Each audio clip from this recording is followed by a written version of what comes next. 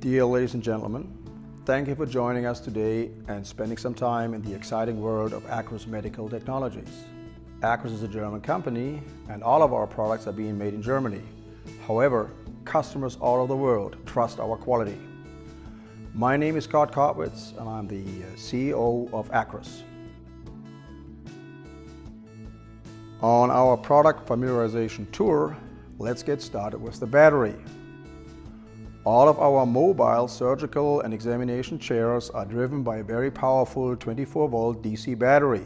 Here's your battery and this is the recharger unit. Out of a fully charged battery, you would expect 30 to 35 procedures depending on your average weight of your patients.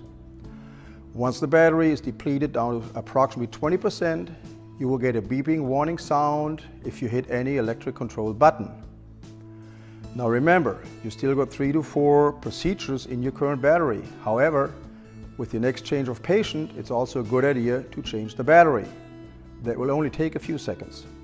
To remove the battery from the battery holder, just simply pull at the spring-loaded handle and pull the battery out of the holder. Use caution though, the battery is heavy. Use both hands, that avoids the battery dropping to the floor and causing some potential damage to it.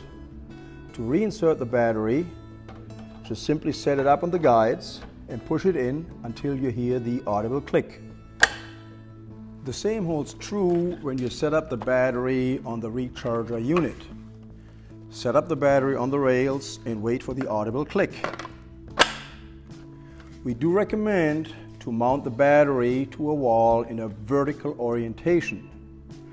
Gravity will help to press the electronic contacts firmly together so the recharging process will work properly. It will take approximately 4 hours to recharge the battery. You do not have to set a timer though to come back and pull it off. The electronic control unit will keep the battery between 95 and 98%. So the battery will not get overcharged and it will not get damaged. On the MBS chair, you will find the battery in this position. As I mentioned before, the chair is mobile. It is sitting on 4 heavy-duty dual casters. The casters and brakes are controlled by a brake lever on either side of the chair. With the brake lever being in a horizontal position, the chair moves freely into all directions and pivots on the spot and can be maneuvered even into tight corners. With the black arm of the chair being kicked down, the chair is firmly locked on the floor. Place your foot on the brake lever like so and firmly kick it down. With the green arm being kicked down, this wheel locks into the longitudinal position and provides directional control. Now you can turn the chair around tight corners.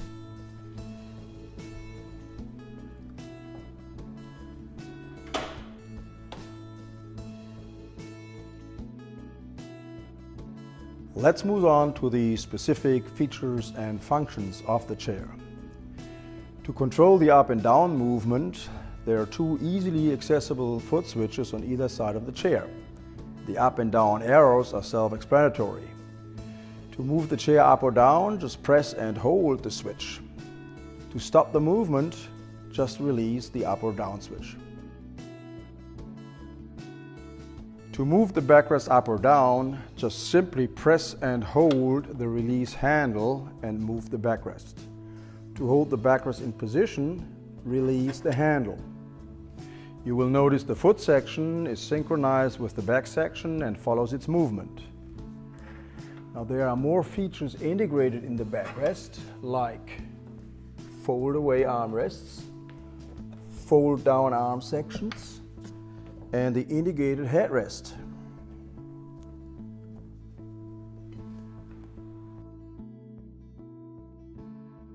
The leg support features a fold-out foot support, which enhances patients' comfort while seated in the chair.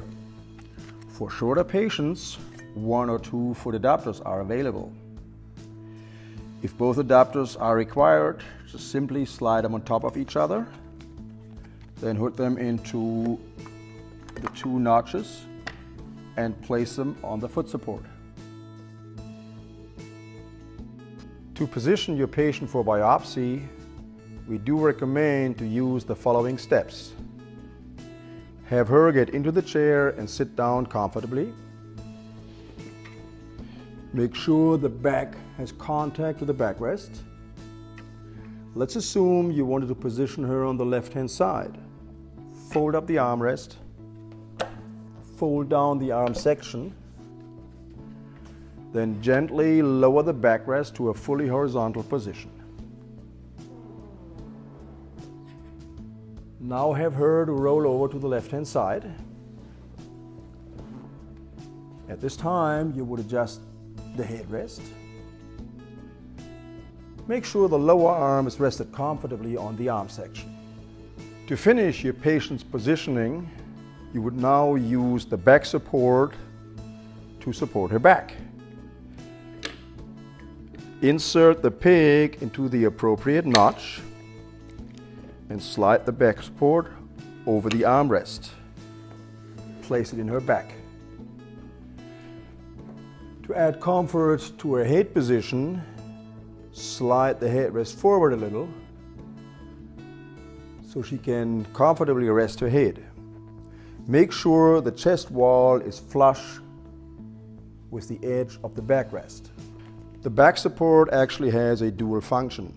For one thing, your patient has something to lean against and will relax instantaneously, but it will also keep her from pushing back once the needle comes into play. Before you start your biopsy procedure, make sure you kick the safety switch into the off position.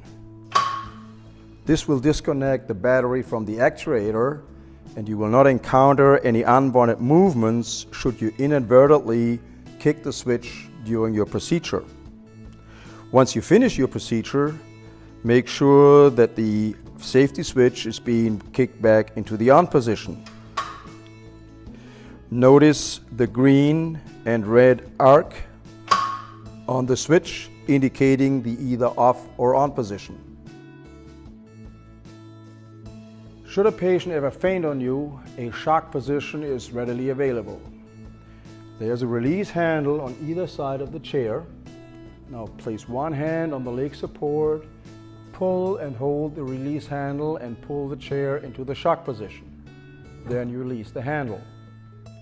There's not much force required to pull the chair from a horizontal position into the shock position, as the center of gravity is right above the pivoting point. Ladies and gentlemen, I hope this video has helped to show and demonstrate the functions and advanced features of our product.